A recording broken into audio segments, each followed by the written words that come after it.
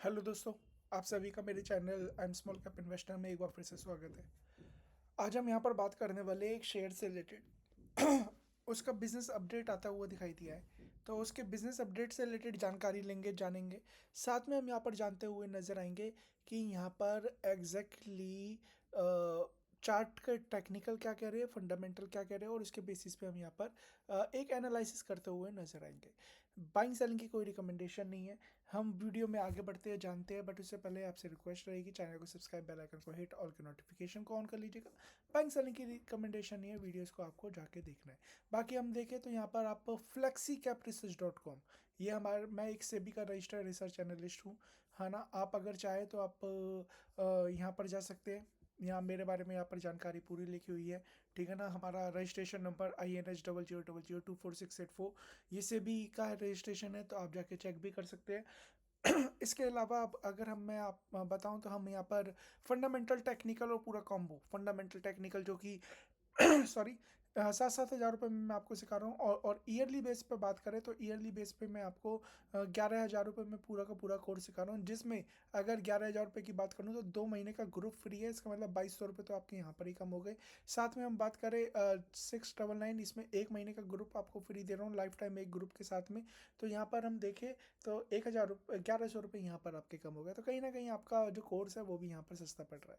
साथ में हमें यहाँ पर मोमेंटम ट्रेडिंग प्लान यहाँ पर ऑफर करते हैं। ईयरली हम यहाँ पर स्विंग ट्रेड प्लान यहाँ पर ऑफर कर रहे हैं, जहाँ पर स्विंग ट्रेड में अनलिमिटेड स्टॉक 1 साल के लिए 31,000 रुपये में आपको देता हुआ नजर आ रहा हूँ। 51,000 रुपये में ईयरली बेस पे यहाँ पर हम वेल्थ होराइजन जो लॉन्ग टर्म की इन्वेस्टमेंट स्ट्रेटेजी है वो यहाँ पर देते हुए नजर आएंगे। और दोनों चाहिए आपको 1 साल के प्लान के लिए, ये भी मिल जाए और ये भी मिल जाए, तो इसके लिए आपको क्या करना है, 61,000 रुपये वाला आपको पूरा एक प्लान ले लेना है ईयरली बेस पे, जहाँ पर आपको ये भी मिल जाएगा और साथ में ये भी मिलता हुआ नजर आएगा। और मंथली चाहिए तो फिर मंथली 6100 रुपये यहाँ पर है। तो आगे बढ़ते हैं, हम जानते हैं एक एक करके चीज़ों के बारे में। तो सबसे पहले में जो हम बातें कर रहे हैं वो क्या है, हम यहाँ पर बात करने वाले हैं यहाँ पर कि किस बैंक से रिलेटेड बात कर रहे हैं। मैं जो बात करने वाला हूँ ना, उसका नाम है bank of Baroda. Bank of Baroda की बात करने वाला हूँ। आज के दिन में ये लगभग 0.72% गिरा है, बट कल के डेट में जब परसों इसके अपडेट आए थे, तब उस टाइम ये शेयर ने कल के दिन अच्छी खासी एक तेजी दिखाते हुए नजर आया था, ठीक है ना।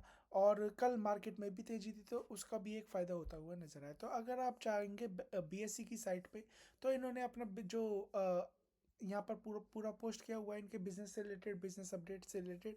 तो अगर आप यहाँ पर देखेंगे 31 मार्च 2026 के हिसाब से जो बैंक का जो ग्लोबल बिजनेस है वो लगभग 13%, 13.93% यहाँ पर बढ़ता हुआ नजर आया है, ठीक है। जो आप कंपेयर करना चाहते हैं कंपेयर भी कर लीजिए, जो कि यहाँ पर लगभग इतना था, ठीक है। ये करोड़ था, ठीक है ना। ये करोड़ में यहाँ पर सारी बातें होती हुई नजर आ रही है। ग्लोबल डिपॉजिट, ठीक है, वो यहाँ पर बढ़ते हुए यहाँ पर बढ़ता हुआ नजर आया 12% के हिसाब से।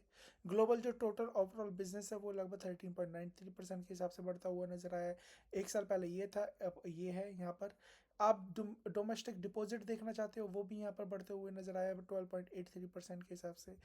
ग्लोबल एडवांस बढ़ते हुए नजर आए, डोमेस्टिक एडवांसेस बढ़ते हुए नजर आए, डोमेस्टिक रिटेल एडवांसेस यहाँ पर वो भी यहाँ पर बढ़ते हुए नजर आए 17.93% से। तो यहाँ पर क्या है, कंपनी का जो ओवरऑल बिजनेस है ना वो अच्छा खासा यहाँ पर बढ़ता हुआ नजर आता हुआ दिखाई दिया। तो कंपनी ने यहाँ पर अपने बिजनेस को अच्छा खासा तरीके से ग्रो ही नहीं किया है, अच्छा खासे तरीके से यहाँ पर काम करती हुई भी यहाँ पर बैंक नजर आती हुई दिखाई दे रही है। इसका मतलब सिंपल है, ठीक है, कम बैंक यहाँ पर अच्छा काम कर रही है। तो बैंक की बात करें तो बैंक क्या ऑफर करती है, तो आप सभी को पता है, हमें भी पता है बैंक क्या क्या ऑफर करती है। सारे लोन से रिलेटेड यहाँ पर काम करती हुई नजर आती है, ठीक है ना। यहाँ पर रिटेल को कैटर करती हुई नजर आती है, कॉर्पोरेट को कैटर करती हुई नजर आती है, ठीक है। यहाँ पर रूरल बैंकिंग से रिलेटेड यहाँ पर कंपनी काम करती हुई नजर आती है, एज वेल एज यहाँ पर आप देखेंगे शायद गोल्ड से रिलेटेड भी का, if I am not wrong, वो काम करती हुई नजर आती है। तो कंपनी क्या है, अच्छा ओवरऑल काम कर रही है, और एक अच्छा खासा गवर्नमेंट का ये शेयर है, PSU स्टॉक्स है, PSU बैंक है, तो कहीं ना कहीं रिलायबिलिटी भी यहाँ पर बनती हुई नजर आती है। मार्केट कैप की बात करें, 1,41,685 करोड़ के आसपास का यहाँ पर मार्केट कैप है। तो हम देखें तो यहाँ पर जो शेयर है ना, ये मिड कैप या लार्ज कैप में आप इसे कंसीडर कर सकते हैं कि लार्ज कैप ये बैंक है। साथ में बात करें पीई की, तो 7 के पीई पे है, इंडस्ट्री का पीई भी 7.88 है, इंडस्ट्री का और तो हम ओवरऑल बात करें, जो बैंक्स का जो पीई होता है ना मोस्टली इसी के आसपास होता है, ठीक है ना। बट हम देखें कुछ बैंक यहाँ पर अच्छा खासा मल्टीपल पे भी चलते हुए नज़र आ रहे हैं, वो भी एक अगर बैंक में ताकत रहेगी, अच्छा रहेगा, तो ऑब्वियसली बात है वो चीज़ यहाँ पर पी रेशो बढ़ता है। और बाकी मैं हमेशा कहता हूँ कि पी के बेस पे काम नहीं करना, पी जस्ट अ मिथ, ठीक है ना। और पी को इग्नोर भी नहीं करना, क्योंकि कभी कभी पी जब बहुत ज़्यादा हो जाता है ना, और जब कंपनी के रिजल्ट सब खराब होने लगते हैं, तब उसी शेयर की पिटाई भी उसी तरीके से होती है, नज़र आती हुई दिखाई देती है, मोस्टली जो मेरे एक्सपीरियंस के हिसाब से मैंने देखा है।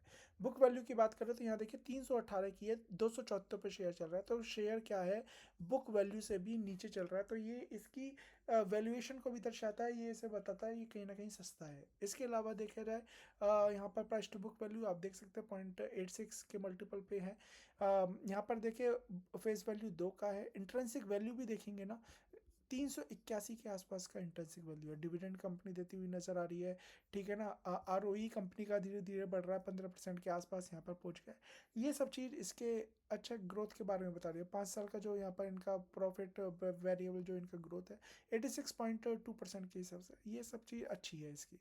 पीजी रेशो देखोगे तो 0.19 ही है केवल, है ना। ये सारी चीज़ें पॉजिटिव चीज़ें दिखाती है।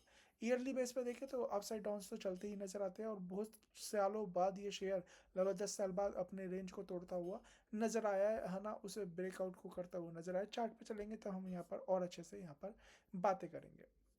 बात करें कुछ और चीज़ों की, तो यहाँ पर हम देखेंगे कंपनी के ओवरऑल अभी तक के रिजल्ट, ठीक है ना। अभी इस क्वार्टर के रिजल्ट आते हुए दिखाई नहीं दिए, Q4 के Q3 के रिजल्ट हमारे पास है जो कि यहाँ पर प्रेजेंट है, तो एक बार देख लेते हैं। तो उसके बेसिस पे देखें तो ईयरली क्वार्टरली दोनों बेसिस पे कंपनी की रेवेन्यू अच्छे खासे हैं, ठीक है ना। यहाँ पर कंपनी के बारे में और देखा जाए तो कंपनी का जो फाइनेंशियल प्रॉफिट है वो भी यहाँ पर अच्छा खासा दिखाई देता है, ठीक है ना। कम है ईयरली क्वार्टरली बेस पे, बट स्टिल यहाँ पर अच्छा दिखाई देता है। अच्छा कहूँगा मैं इसे। अदर इनकम की बात करूँ तो अदर इनकम यहाँ देख सकते हैं कम। बहुत सारे बैंक देखोगे ना, फाइनेंशियल मार्जिन अगर मैं बड़े बड़े बैंकों का लाऊंगा आपके सामने, तो आपको पता चलेगा। जैसे कि मैं एक एग्जांपल भी ले लेता हूँ, ठीक है। अ, ठीक है, मैं यहाँ पर HDFC बैंक को लाऊंगा, सॉरी। तो अगर आप देखेंगे ना HDFC बैंक, तो यहाँ पर आपको समझ में आएगा। देखिए यहाँ पर लगभग नेगेटिव में फाइनेंशियल मार्जिन है। इसके अलावा मैं बड़े बड़े ICICI बैंक को भी लेके आऊँगा, ठीक है।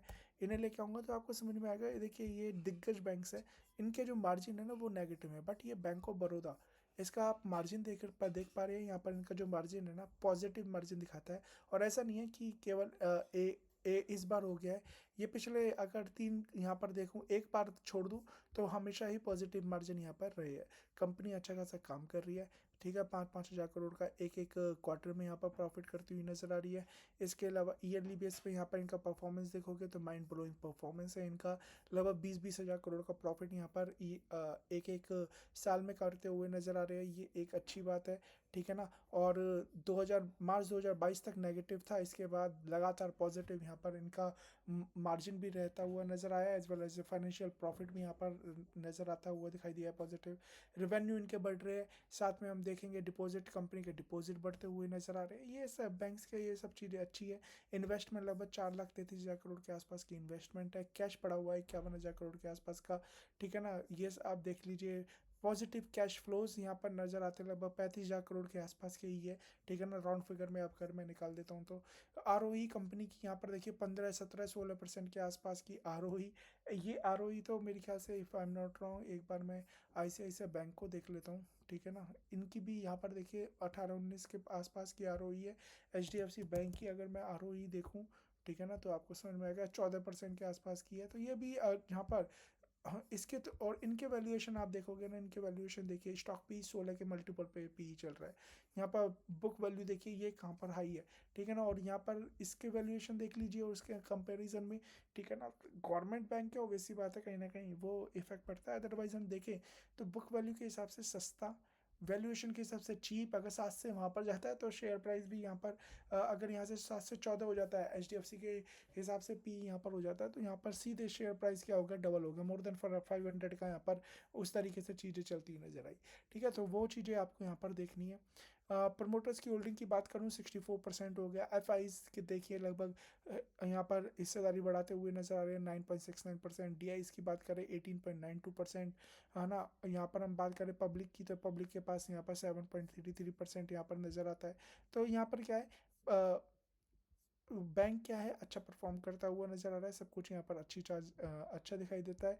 एज सच कोई भी यहाँ पर इशू मुझे ऐसे दिखाई दे नहीं रहा है। यहाँ पर LIC के पास भी लगभग 24,39,000 शेयर यहाँ पर 21 नवंबर को यहाँ पर बाई किए थे। तो ओवरऑल कंपनी के परफॉर्मेंस काफ़ी अच्छा है, और जो यहाँ पर कंपनी का जो बिजनेस बढ़ता हुआ नज़र आया, इसका कहीं ना कहीं इफेक्ट जब रिजल्ट आएगा तब यहाँ पर आता हुआ दिखाई देगा। बट याद रखिए, इस बिजनेस अपडेट को देख के एग्रेसिव नहीं होना है। क्यों? क्योंकि इन्होंने क्या क्या बढ़ाया है वो बताया है, क्या क्या खर्चा हुआ है वो नहीं बताया है। तो अगर मान के चलिए कंपनी निवेशक से यहाँ पर मान के यहाँ पर ग्रो हो गया, और यहाँ पर ग्रो के अच्छा खासा इनका 35,000 या 36,000 करोड़ के आसपास का रिजर्व्स आता है, मान के चलते हैं सपोज, ठीक है। और बट यहाँ पर खर्चा कर देती है 36,000 37,000 करोड़, उससे ज़्यादा या उसके बराबर, तो कहीं ना कहीं नेगेटिव आता हुआ दिखाई देगी चीज़ें, और सब कुछ बिगड़ता हुआ नजर आएगा। तो याद रखिए, रिजल्ट को आने दीजिए। रिजल्ट अनाउंस नहीं हुआ है, बिजनेस अपडेट आए है, ठीक है ना। अब बात करते हैं चार्ट से रिलेटेड कि चार्ट यहाँ पर कह क्या रही है। तो अगर मैं चार्ट की बात करूँ तो यहाँ पर मैं बैंक ऑफ बड़ौदा का यहाँ पर चार्ट निकाल देता हूँ, और बैंक ऑफ बड़ौदा के चार्ट निकालने के बाद यहाँ पर आप देखें, हम यहाँ पर एक बार इसे एनालाइज करते हुए नजर आएंगे। तो सबसे पहले यहाँ पर बात करेंगे सब चीज़ों से रिलेटेड, बट उससे पहले रिक्वेस्ट है कि आप हमारे चैनल को सब्सक्राइब कर लीजिए, बेल आइकन को हिट और नोटिफिकेशन को ऑन कर लीजिए। बैंक सेलिंग की रिकमेंडेशन नहीं है। दूसरा, आप हमारे flexicapresearch.com पे जाके हमारी जितनी भी सर्विसेज है उसे यहाँ पर देख सकते हैं। अपने एक बहुत ही इतनी एफोर्डेबल, इतनी सस्ती सर्विसेज, जहाँ पर 31,000 रुपये में अगर आपको लाइफ टाइम 1 साल के लिए अगर मान के चलिए पूरा एक स्टॉक्स का स्विंग ट्रेड का यहाँ पर कॉम्बो मिल रहा है अनलिमिटेड स्टॉक्स का, तो मुझे नहीं लगता ऐसा कोई सर्विस है जो यहाँ पर अनलिमिटेड स्टॉक्स देती है, ठीक है ना। सस्ते यहाँ पर आपको पूरा का पूरा कोर्सेज दिखाई जा रहे हैं, तो एक अच्छा प्लान है। सेबी का रजिस्टर्ड रिसर्च एनालिस्ट हूँ मैं। दूसरा, अगर हम यहाँ पर बात करें तो आप हमारे सोशल मीडिया पे यहाँ पर जाके यहाँ पर उन्हें भी देख सकते हैं, ठीक है। आप चाहो तो यहाँ पर इनसाइड पीयर हमारे नीचे एक और लिंक है, वहाँ पर भी जाके आप हम वहाँ पर एनरोल कर सकते हैं। आगे बढ़ते हैं, यहाँ पर थोड़ा सा आगे बढ़ते हैं और जानते हैं चार्ट से रिलेटेड। तो बैंक ऑफ बड़ौदा के चार्ट की हम बात कर रहे थे। देखिए, कल मार्केट भागी थी, तो कल ये शेयर भी लगभग 6-7% भागता हुआ नजर आया था। आज की बात करें, आज मार्केट में प्रेशर था, बैंक निफ्टी में और ज़्यादा प्रेशर था, बट स्टिल याद रखिए बैंक ऑफ बड़ौदा उतना नहीं गिरा, 0.63% गिरा।